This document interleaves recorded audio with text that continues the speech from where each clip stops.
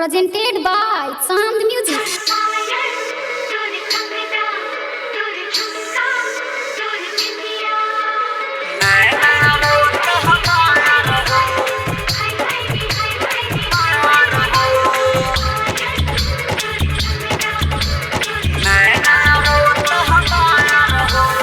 Music by Surinder Suhana.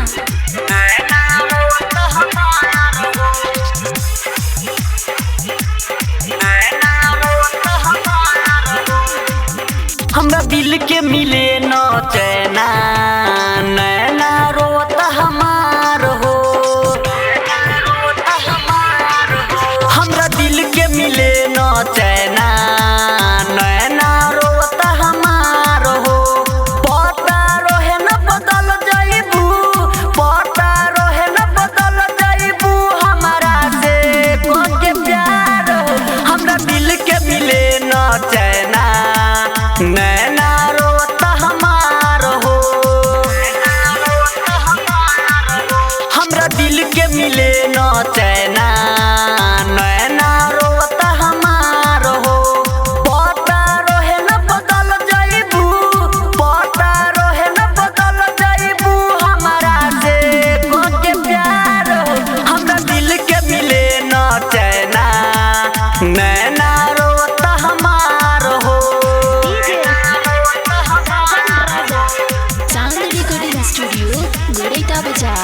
हमके पागल बना दिहलू, दिल पर छुरिया चला दिहलू।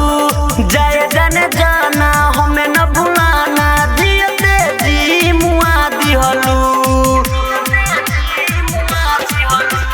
हमके पागल बना दिहलू, दिल पर छुरिया चला दिहलू। जाए जाने जाना हमें न भुलाना, जियते जी मुआ दिहलू।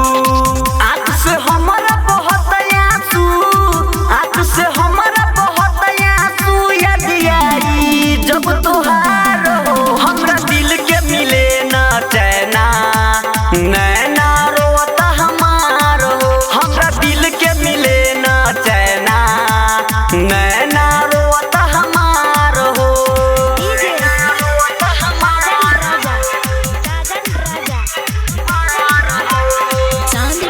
स्टूडियो गोरेटा बाजार।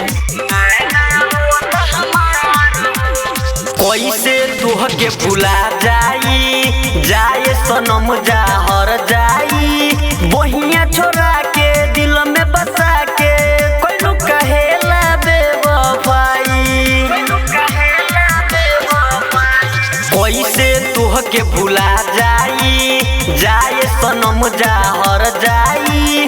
बहिया छोड़ा के दिल में बसा के कोई कहेला बेवफाई।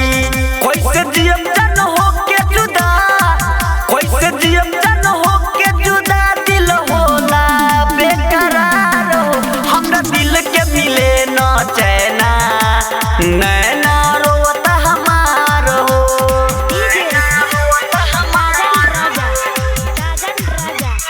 चांद रिकॉर्डिंग स्टूडियो गोरेटा बाजार।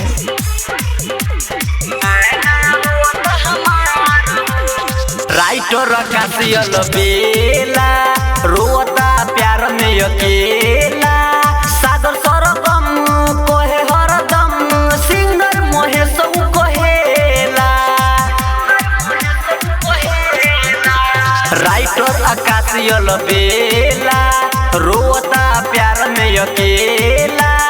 सागर सरगम कहे हरदम, सिंगर महेश कहेला। जिए न देव प्रेमी पर मुद के, जिए न देव प्रेमी पर मुद के। चुप चोरी को के वार हो। हमरा दिल के मिले न चैना नैना रोता हमार हो। हमरा दिल के मिले न चैना नैना रोता हमार हो।